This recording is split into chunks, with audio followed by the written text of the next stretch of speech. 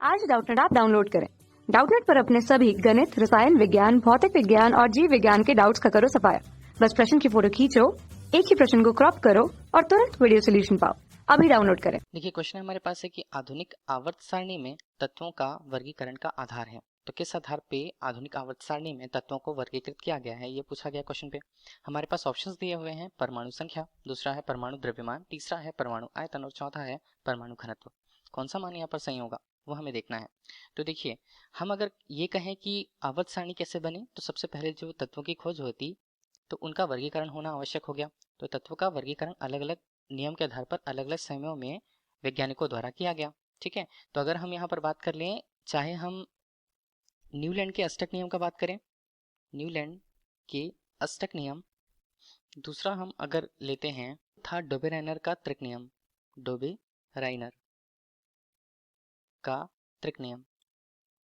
इन लोगों ने, ठीक है, इन वैज्ञानिकों ने इस आधार पर धातुओं को बांटा या तत्वों को बांटा कि उनका परमाणु द्रव्यमान किस तरह का है। इन्होंने द्रव्यमान के आधार पर बांटा था, लेकिन बाद में मेंडलीफ नामक वैज्ञानिक ने तत्वों के वर्गीकरण के रूप में अपना एक आवर्त सारणी वाला नियम दिया, मेंडलीफ की आवर्त सारणी जिसे हम कहते हैं। और उस मेंडलीफ की जो आवर्त सारणी थी, मेंडलीफ की आवर्त सारणी, वो उन तत्वों को उनके परमाणु क्रमांक के आधार पर, या हम कह सकते हैं आवर्त का जो नियम था वो उनमें उपस्थित किसी भी परमाणु में उपस्थित उनके न्यूट्रॉनों की संख्या को बताता था।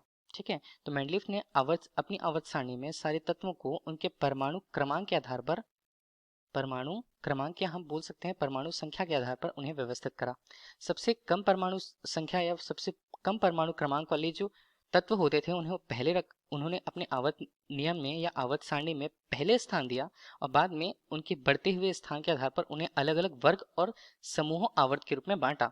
ठीक है, अब ये था कि इसमें कुछ कुछ स्थानों पर समस्थानिक थे, समभारिक जो तत्व थे उनके लिए स्थान सही नहीं बन पाया।